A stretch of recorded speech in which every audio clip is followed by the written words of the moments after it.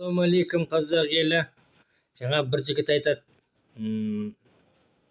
тиктокта ма, ютубта ғой деймін. Баласы тыныш отырмаған бір мұғалім. Енді мен бір мұғалімнің жағын жақтайын деп едім. Мұғалім борменен жазу жазып жатса тақтаға қарап.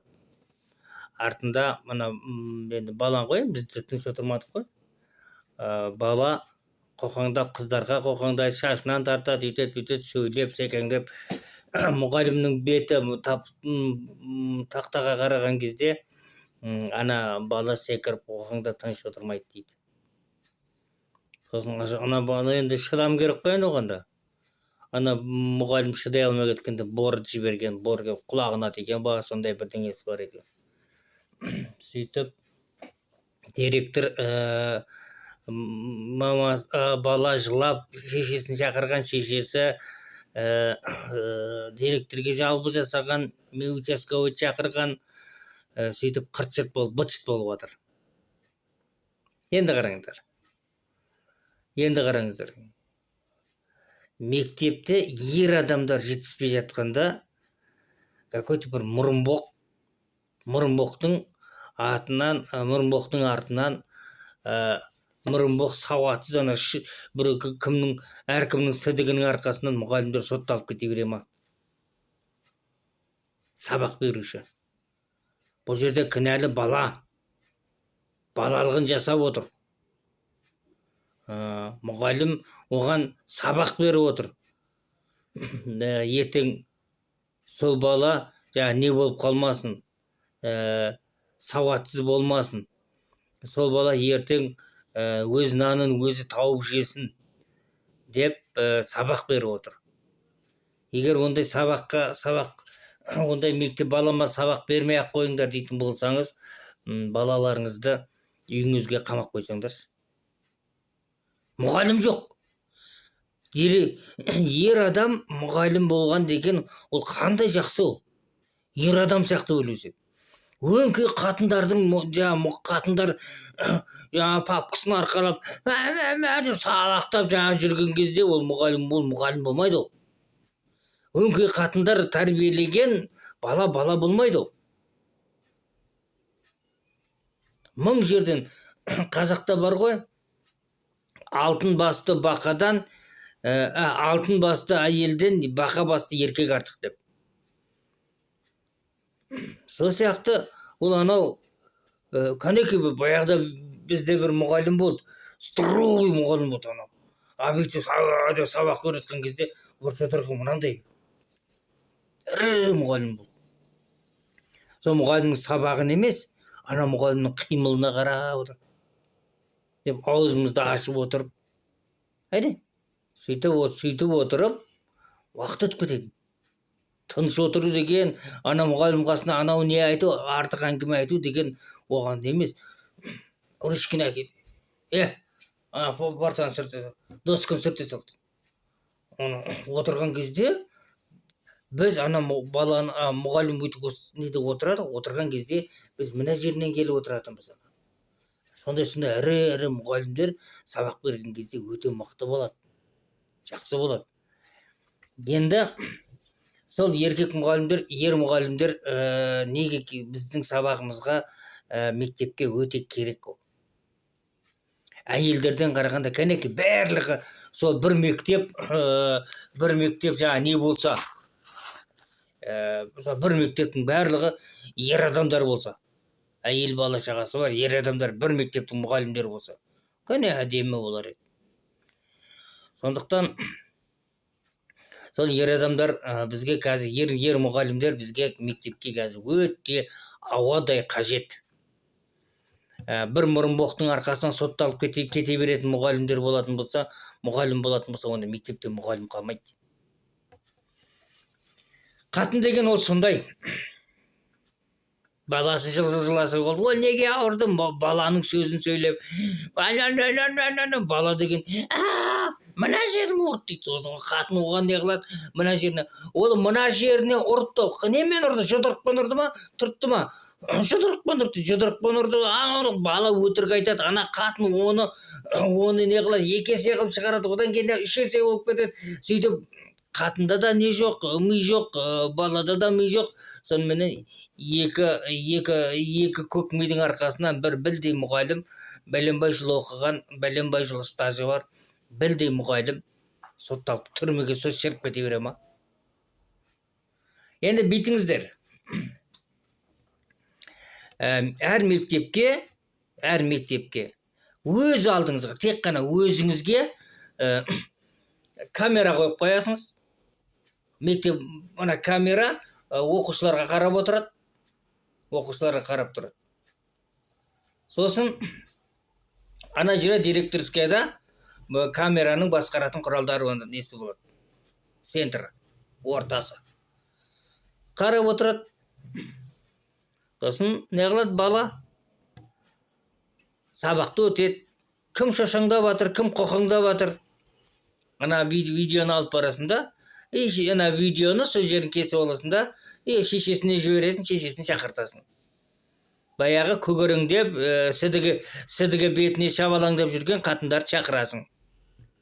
Мына балаңа айыппұл төле, немесе өзің қой деп айт. Мен ұрсам, сотталып кететін менде жағдай жоқ. Өзің айтып, өзің қой дейсің. Басқа амал жоқ. Бір мұрынбоқты ұрамын деп, бір мұрынбоққа сабақ үйретемін деп,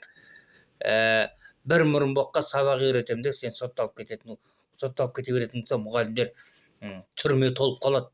Онсыз да біздің билік жазықсыз адамдарды қамап жатыр. Жазықсыз түрмеде жатқан адамдар көп. Сондықтан мұғалімдерге айтарым. Әр мектепке мына жағынан бір, екі, өзі андай не болады, соткамен басқарылатын не болады? Камера. Бір камерада жетеді деп қоямыз, или 2 камера қоясыңдар ма? Қарайсыңдар ғой мектептеріңіз, жаңағы мектептің нелері қалай болады? Біреу бола ма, екеу бола ма? Сөйтіп олардың ақысынан шығасың. Далаға да камера қойып қой.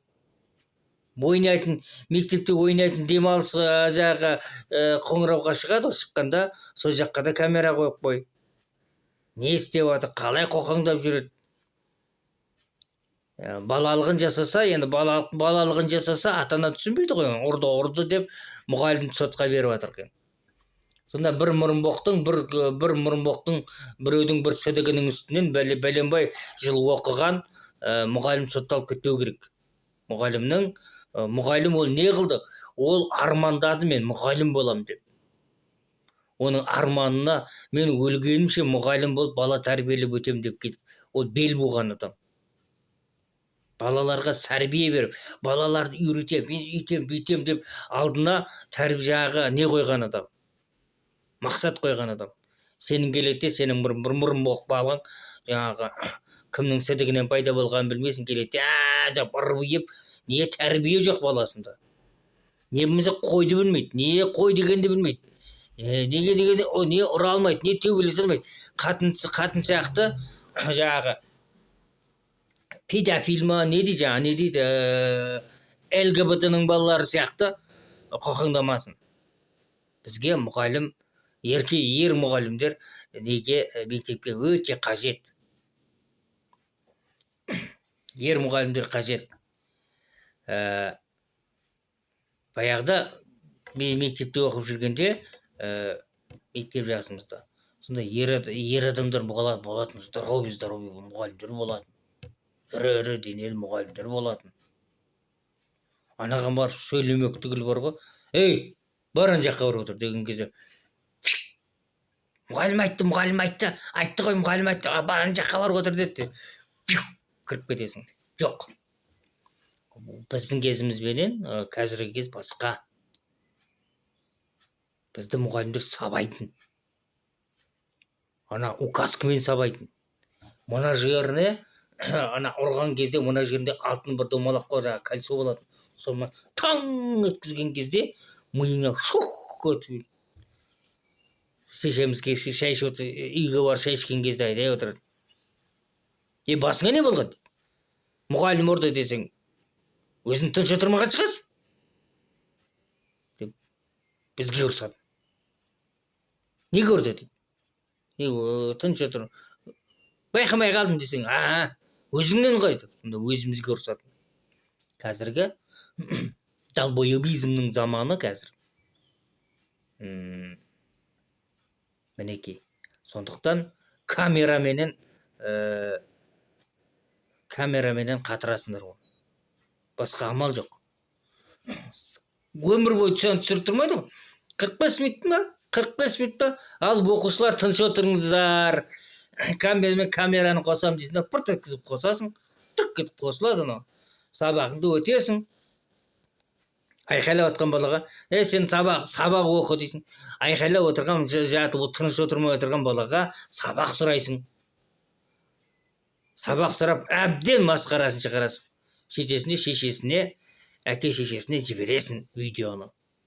Балаң сабақ білмейді, неге оқымайды? Сенің көрініп тұр бәрі. Сөйтесің. Басқа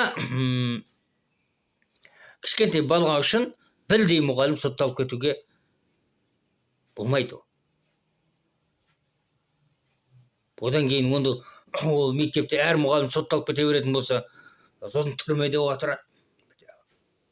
Пахан, неге келдің? Бана бір бала, кішкентай мектепте мұғаліммін ғой, бір баланы шапалақ тиіп кетіп еді, соған 8 жыл отырып келатыр. 8 жыл отырған. Екінші жаңадан біреулер келеді. Неге келдің? Қайдан келдің? Братан, қайдан келдің дейді, Зоновский немен дейді. Кішкентай баланы ұрып едім дейді, соған 2 жылға отырып, 2 жыл сұрап алып келдім дейді. Мен 8 жыл алдым, сөйтіп. Мұғалімдер түрмеде бүйтіп жүре ма не? Сонда мұғалімнің құқығы қайда? Неге бала тыныш отырмайды? Неге бала сабақ өткізбейді басқа балаларға? Міне, менің өзімде тентек болған уақытында. Қазір о кездің заманы бөлек, қазір заман бөлек. О кезде мұғалімдер сабайдың кеді, бала ұрғандай ұратын бар ғой. Кәдімгі үлкен кісіні ұрғандай ұратын бар ғой. Шыбыдақ етесің, партаның үстіне кіріп кетесің ана. Сондай болады. Сонда да жаға тиіп кетеді, сонда бет аузымыз көгермейді. Бетімізге көгеретіндей қылып ұрмайды ғой, бірақ ол мұғалімдер. Арқаңнан ұрады, құйрығыңа тебеді, басыңа ұрады, шымшиды, сөйтетін. Сондай.